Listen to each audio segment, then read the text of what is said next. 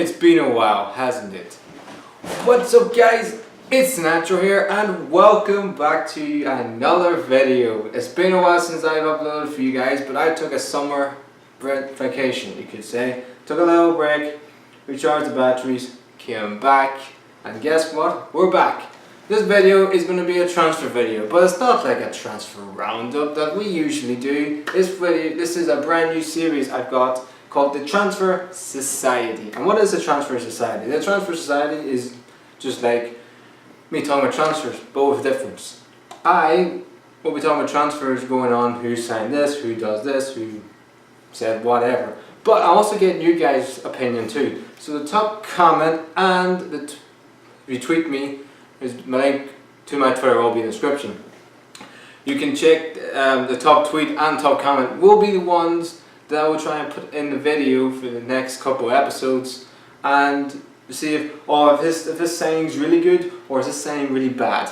So I want to get you guys involved too. So yeah, please comment, please tweet me by whatever you want to say really. So yeah, let's get the Transfer Society started. Well, what's been happening since I've gone away for my summer vacation? Well, Ronaldo decided I'm done with Real Madrid. I want to go and find fresh as new, really. Not really, because the guy is on. It looks like gonna get a tax fucking. He actually got tax. Has to pay tax, and he's now have to fucking go to the court because he has to pay tax 15 million a year, and that's the reason why he doesn't want to be a Real Madrid, because the Spanish authorities are going to be all over his ass like fucking a woman on fucking nitro. But the fact of the matter is, he wants to go, which means he's going to Manchester United, which means the whole rumour mill saying, oh my god, he's going back to Man United. No, he's not. This is just what Ronaldo does. It reminds me of what Messi done. He will sign a new contract at Real Madrid. Real Madrid, Ronaldo will sort this thing out. Where would Ronaldo go? Where would Ronaldo leave Real Madrid? They've won back-to-back Champions Leagues, and they were freaking right now the best team in the world. They could buy any player. It doesn't make any sense. But yeah, that's pretty much what's going on. The whole transfers. I just find it bizarre the fact that Ronaldo will think of leaving Real Madrid, because it ain't gonna freaking happen. Also, other transfers that happened is Lukaku is now the second most expensive player in history by leaving Everton to go to Manchester United for £90 million thanks to Pogba pretty much persuading him to go because he's good mates with him. And yeah, that sort of happened. I didn't expect that to. I thought if it was one Premier League club Lukaku was going to go, I thought it was going to be Liverpool. Sorry, not Liverpool. If I was going to go to Chelsea, you could have easily went to Liverpool if Liverpool fans somehow like saying an Everton player. But I thought I was going back to Chelsea, but that didn't happen. For whatever reason, just didn't happen. But he's now gone to Manchester United. Now, is he going to get Manchester United back to winning ways, back to winning Premier League titles again? Time will tell, really. But he is a great signing. He is with Manchester United and crying out for it. They haven't had a world-class centre forward in the Premier League since Robin van Persie when he was at his peak, and they won the league. The last time they won the league was with Van Persie and a Premier League goal scorer, and actually you could say the second Premier League goal scorer behind Harry Kane was Lukaku for last season. So I think it's a great signing, but we'll see if he is high world class potential. At this moment in time, he isn't, but he has all the ingredients to be one of the best strikers in the world. And that means Wayne Rooney is back to where it all began for him. Once a blue is always a blue. Wayne Rooney is back at Everton on a free transfer and on a 2-year deal. I think this is everybody saying he's just going back, just to where it all started, and just to really get back in the England team and just to end his career. I think this is a decent sign from Everton. I actually think he will make those kids in Everton, next to Tom Davis, next to Lukaku, and many other Everton players coming through the door in the academies better, because you're playing with one of the greatest England strikers of all time. The guy is England's all-time leading goal scorer and Manchester United's leading goal scorer. That isn't something you could just put under the rug. That's a stat, and you could say stats if you want, but that's something. The man's won so many league titles, so many Champions Leagues. And the fact of the matter is, he is a winning mentality player, and he'll bring that to Everton, and I think that's a really good sign from Everton. And the fact that it's a really good coup for Ronald Koeman to get Rooney on a free transfer. I think Everton, I mean, they brought some good signings in the window in summer as well, like so Pickford, a really good young goalkeeper coming through, Michael Keane, which I think he's the best signing Everton have brought in for God knows how long, probably since Lukaku. And many others, building Dele Klaassen from Ajax. Everton right now are spending money, and they're really right now, if they are a force, not just in the top 4, but maybe a force for the Premier League title this season. You have to watch out for Everton. They may be coming big time. Other deals, Liverpool got themselves a big signing in Mohamed Salah. Now I think this is what Liverpool have been crying out for. Liverpool have been crying out for pace. They had Mane last season, but he went down for a couple of nations and had injuries at the end of the season. They've been relying for a player that can just give them some urgency in that final third, and they missed last season, end of last season with Mane. And I think Mohamed Salah will give that to them. He's not up there yet. I still think in big games we don't see his full potential, but he can get better on Jurgen Klopp. And I think Liverpool, if they can bring in some good defenders and a good defensive midfield, I think Mignolet looks like going to be Liverpool's #1 goalkeeper, and I think give the guy a chance really. So Liverpool, if they bring in some good defenders and a good defensive team, and maybe even our striker, they aren't far away from winning the league either. So the two Merseyside clubs really are looking good for the future. In other news, Lacazette has went to Arsenal. Arsenal have finally, for the first time since, I haven't got a clue, brought in a striker. But the fact of the matter is Lacazette, a phenomenal striker? Yes, he is. But he will score goals in the Premier League. But I look at, let's say, Lukaku and Lacazette. I will go Lukaku because Lukaku's done it in the Premier League, and Lacazette is sort of a question mark beside him. But he's definitely he's way better than Olivier Giroud, and Arsenal have been crying out for a big number 9, and he is that. You see the goals he scored for Lyon. You see how good he was at Lyon. He's good over 100 goals for Lyon, and again, like Wayne Rooney, that's a stat that can't be. That's a stat you can't literally think to yourself thinking, wow, that's. And I know it's league earned, but that's still incredible. But I tell you one thing, Arsenal had to spend money. They did. I still think they need to go and buy a defence midfield player. But right now, if they can, I still feel like there sort of may not be if Sanchez leaves, but I think right now Arsenal have brought in a good player, and Lacazette is that player. Chelsea brought in a new centre-back in Rudiger. Never heard of him. He played for Roma. I looked up his stats. He's got decent stats, not great. Doesn't really play in the first team for Germany, so I don't know where that deal goes for them Chelsea, but maybe because they can't get Chiellini or Buffon, maybe they could later on the window. But right now, Chelsea don't really know about them. It's sort of, Diego Costa could be going, but is he really going to go? And if they can, who's going to get Morata? Are they going to get Aubameyang, which they've been with? This moment in time, Chelsea has so many questions with them, and yeah, it's not really looking good for Chelsea right now. But with Antonio Conte, they are still the Premier League champions, of course. But I'm expecting Chelsea to bring some players in because of Champions League, and I know Leicester won the championship the season before Chelsea won it. But the fact of the matter is, I just feel like they may need to bring in cover. Chelsea, like defence, and definitely a new striker. Manchester United also bought in Victor Lindelof, and another Portuguese player goes to Manchester United. Unbelievable. What is it with them? Another Portuguese out there. It's actually a Swedish player, but I don't really know about Victor Lindelof.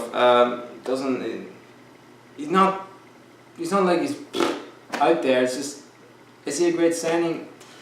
Time will tell as well, but at this moment in time, Man United, they need to do something, and they're trying to do something. Manchester City brought in 2 new signings. Bernardo Silva, which is a sensational signing, even though he's the most left-footed player I've ever seen. He never uses his right foot. It's ridiculous. If Pep Guardiola get one using his right foot, they've got a player in their hands. But I mean, that's a really good sign, even though they don't really need attacking players, Manchester City, because they've got enough attacking quality in abundance. They also bought a new goalkeeper, Ed Milson from Benfica. But yet again, it's another risk bringing in a player from another league that for Manchester City. I mean, Joe Hart literally was thinking, what do I have to do to get into the Man City team? I mean, I went on loan to Torino and it didn't work for me there. Now it looks like Joe Hart looks like he's going to be in another club. Newcastle and West Ham are fighting over his signature, but both want a permanent deal. Both want loan deals, so I don't really know about that. But is Ed Milson a good signing for Manchester City? A lot like Bravo at Manchester when they signed from Barcelona. I thought that would have been a good signing, but the guy also doesn't know how to save. But Nielsen just needs time. See how he gets on. Bournemouth have been probably the best in terms of signings this summer. They brought in 2 sensational signings, starting off with Ake. Ake, who I think cost 20 million. You could say, Bournemouth, 20 million, man, they're spending money. But the fact of the matter is, fucking what he called went for 90 million, so yeah, I think this is a sensational signing for Bournemouth. He was incredible on his loan spell for the first 6 months at Bournemouth. Bournemouth, you could say, when he went back to Chelsea, struggled. You can see so many goals. When he was there, they didn't really see a lot of goals, but he's a really good defender, and I think he's a really good signing for Bournemouth. And Defoe is back to where it all started, really, for him. On loan at Bournemouth. When he was on loan at Bournemouth. Now, this is a permanent deal. Look, the fact of the matter is, Sunderland literally are the worst Premier League team, and he showed how bad that team was, because if he wasn't in that team, if he wasn't even playing, that Sunderland team would have been the lowest points of all time. I think they would have 5 or 6 points at least, because Defoe has scored them goals, and you can say Pickford as well. But the fact of the matter is, this is a phenomenal signing for Bournemouth, and they have a good defender now. They have a really good striker who can score goals. We all know that Defoe will score goals in the Premier League. He's done it time after time after time.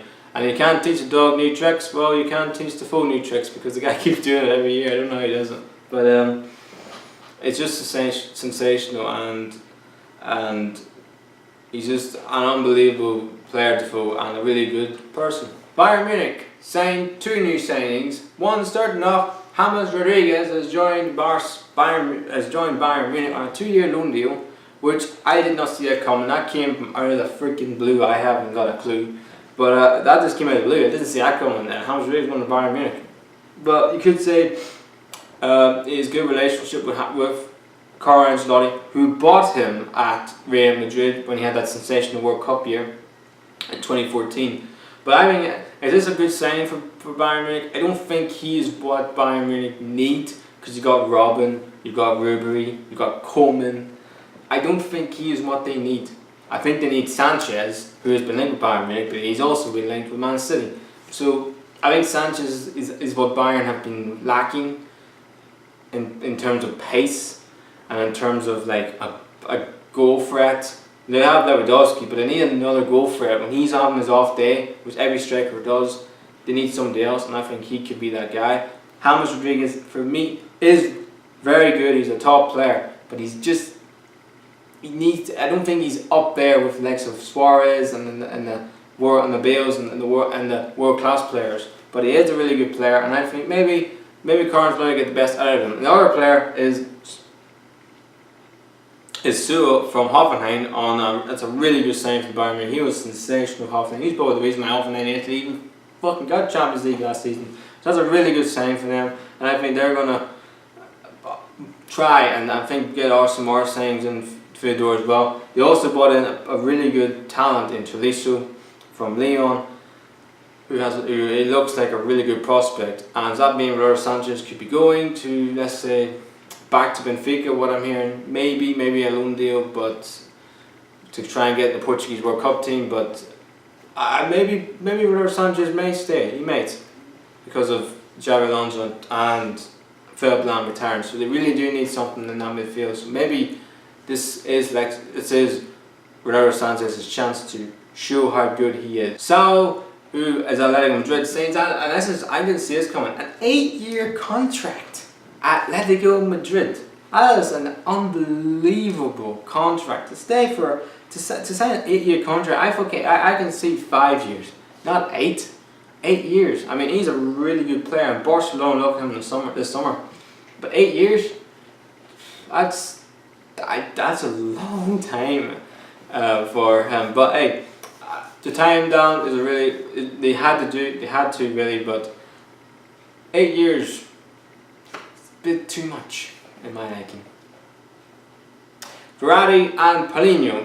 These two have been linked with a move to Barcelona, especially Verratti, which we're hearing is around 80 million euros, which is around about, let's say, around 70 something million.